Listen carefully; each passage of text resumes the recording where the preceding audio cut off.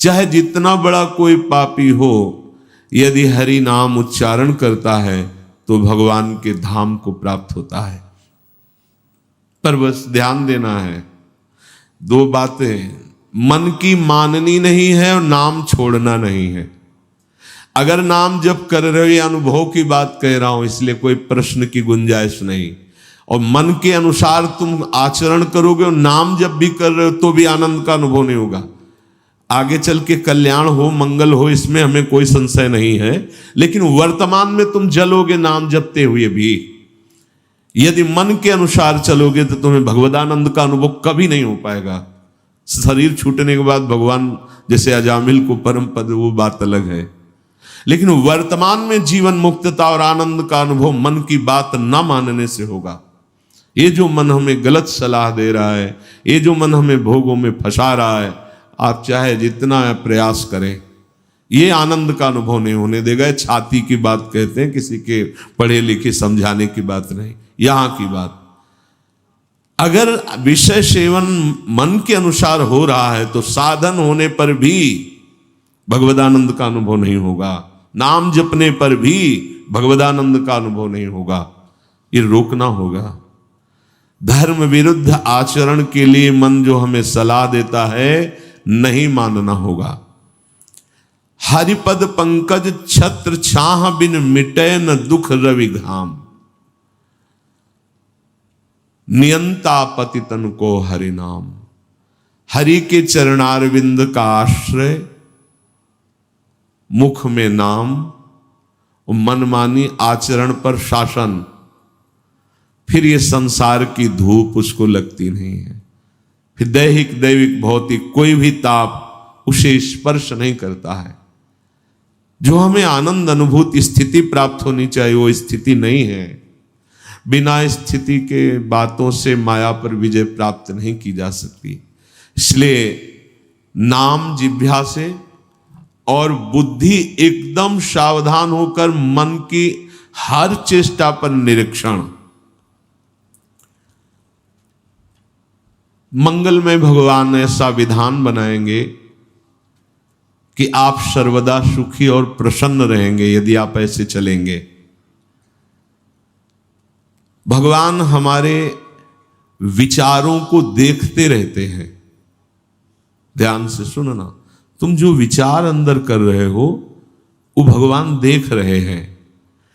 जब भगवान देखते हैं कि इसकी आशा का विषय संसार है, मैं नहीं हूं, तो अब बाहरी हमारी क्रियाएं भक्ति की हो रही हैं, आशा संसार की है, तो भगवदानंद का अनुभव नहीं हो रहा है, हाथ में विफलता लगती है।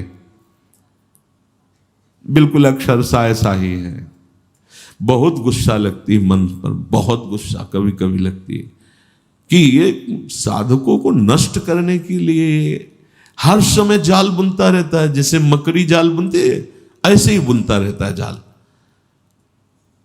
और ये खुद जलता है, खुद परेशान होता है, खुद बंधन युक्त होता है।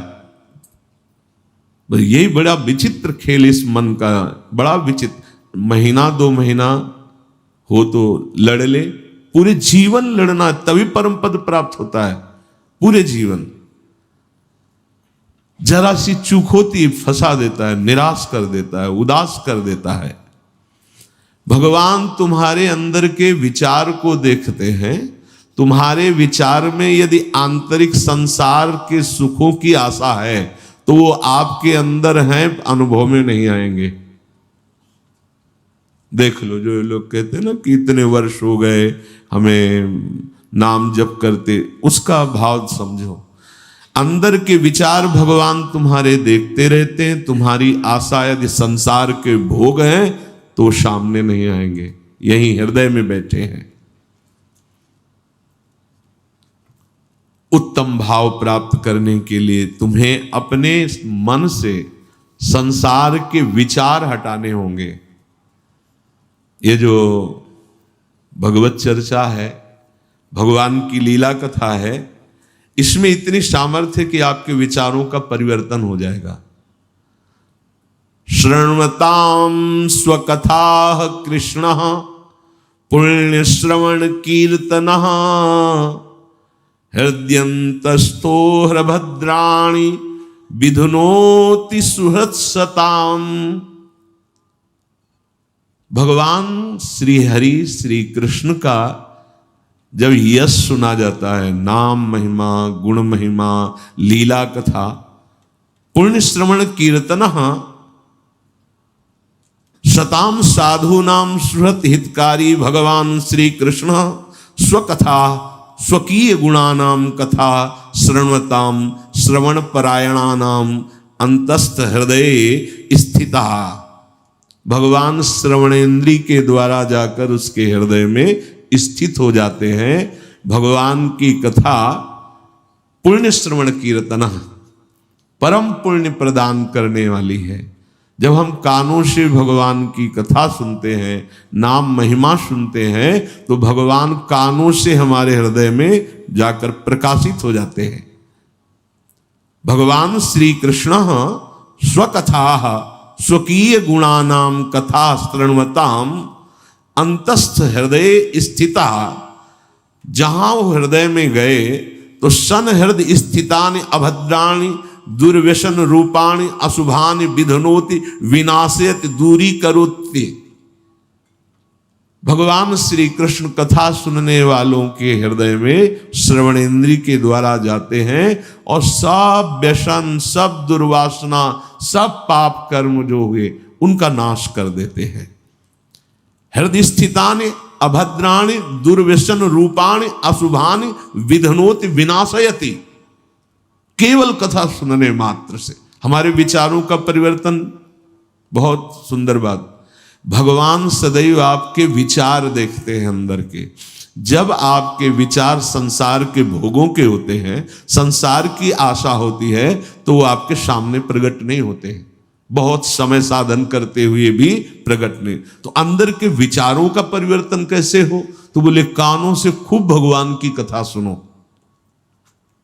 प्रभु के नाम महिमा, रूप महिमा, लीला, धाम, गुण ये सुनोगे तो श्रवणेन्द्री से भगवान हृदय में जाएंगे और भगवान हृदय में जाकर सारे व्यसन, अशुभ, पाप इन सब को नष्ट कर देते हैं। जो अभद्राणी हैं, दुर्व्यसन रूपाणी हैं, अशुभानी हैं, वो विधनोति विनाशयति, हृदय को निर्मल कर देते, अर्थात हृदय के विचार अब भगवत स्वरूप होने लगते हैं। पिबन्ति ये भगवत आत्मनः सताम कथामृतं श्रवणपुटेषु संभृतं पुनन्ति ते विषय विदूषिताशयम् ब्रजन्ति तच्चरण सरोरुहान्तिकम्। ये जना सताम भक्तानां मुखात्, जो जन सदैव भक्तों के मुख से भगवता श्री कृष्ण कथामृतम कथा सुधम श्रवण पुटेशु, जो जन भगवान के प्रेमी भक्तों के मुख से भगवान की महिमा चर्चा सुनते रहते हैं, तो ते विषय दूषित आशयम, विषय ही विशेषेण दूषितम मलिनीकृतम, अर्थात जो मन हमारा सदैव विषय चिंतन करते हुए मलिन हो गया था, जहां हम भगवान के प्रेमी भक्तों के मुख से चर्चा सुनी तो भगवान उसके हृदय की वासनाएं नष्ट कर देते हैं। कथा का बहुत बड़ा प्रभाव है। धुंधकारी ने कोई और साधना नहीं की थी, केवल 7 दिन एकाग्र चित्त होकर श्रीमद् भागवत की कथा सुनी तो पार्षद स्वरूप होकर के विमान में बैठकर गोकर्ण जी के सामने वो भगवत धाम को गया। रत्नावती जी ने और कोई साधना नहीं की थी, केवल भगवत चर्चा सुनी। प्रभाव से उनको नाभाजी महाराज ने भक्त भूप कहा है। ऐसा त्याग महारानी होते हुए, सम्माननीय होते हुए मुंडन करा के बैठ गई संतों की सभा में, कोई भय नहीं। भगवत कथा विषय वासनाओं से मलिन अंतःकरण को बहुत जल्दी शुद्ध करती है और हरि के चरण कमलों का अनुभव होने लगता है। कि प्रभु के श्री चरणारविंद हृदय में विराजमान है। धर्मः स्वनुष्ठिता पुंसाम विश्वक्षेन कथासु यः नोत्पादयेद यदि रतिम श्रम एव हि केवलम। यदि आप बहुत से सब साधन करते हैं और भगवान की कथा सुनने में, सत्संग सुनने में आपकी रुचि नहीं है, तो यहां कह रहे हैं कि मानो आपको जितने भी साधन धर्मानुष्ठान किया उसका कोई फल नहीं मिला। आप बड़े अच्छी साधना कर रहे, ये तो अनुभव की भी बात है। एकांत में साधन करते हुए साधक में बहुत से ऐसे दोष होते हैं जिनको नहीं त्याग कर पाता, वो सत्संग से ही दूर होते हैं। जब सत्संग में हम बैठते हैं तो सत्संग मानो दर्पण की तरह हमें दिखाता है कि हमारे अंदर कौन कौन से दोष हैं, और फिर त्याग करने की युक्तियां भी सत्संग से ही प्राप्त होती है। इसीलिए सिद्ध महापुरुष भी, जिनकी जड़ चेतन ग्रंथि का भेदन हो गया है, आत्मा राम है, वो भी भगवत चर्चा करते और सुनते रहते हैं। भली भांति साधना का अनुष्ठान, धर्म का अनुष्ठान किया, पर आपको भगवत चर्चा सत्संग सुनने में रुचि नहीं, तो बोले आपके जो साधन आदि के फल हैं वो केवल श्रम ही श्रम है, आपको कोई लाभ नहीं मिला। स्वधर्म का फल है, साधना का फल है कि भगवत चर्चा में आपकी प्रीति हो जाए। बावरसो रस में फिरे खोजत नेह की बात, कोई प्रभु की चर्चा सुना दे, कोई सत्संग सुना दे। बड़ा अहोभाग्य होता है जब सत्संग में रति, भगवत चर्चा में रति हो, अन्यथा साधना बड़ी नीरसता है। ये इसलिए कहते हैं कि इसी मार्ग में चले हैं, वर्षों चलते चलते मन नीरस हो जाता है। सत्संग में एक नया उत्साह, भगवत चर्चा में एक नई जीवनी शक्ति मिलती है, भगवान की तरफ चलने का नया उत्साह मिलता है।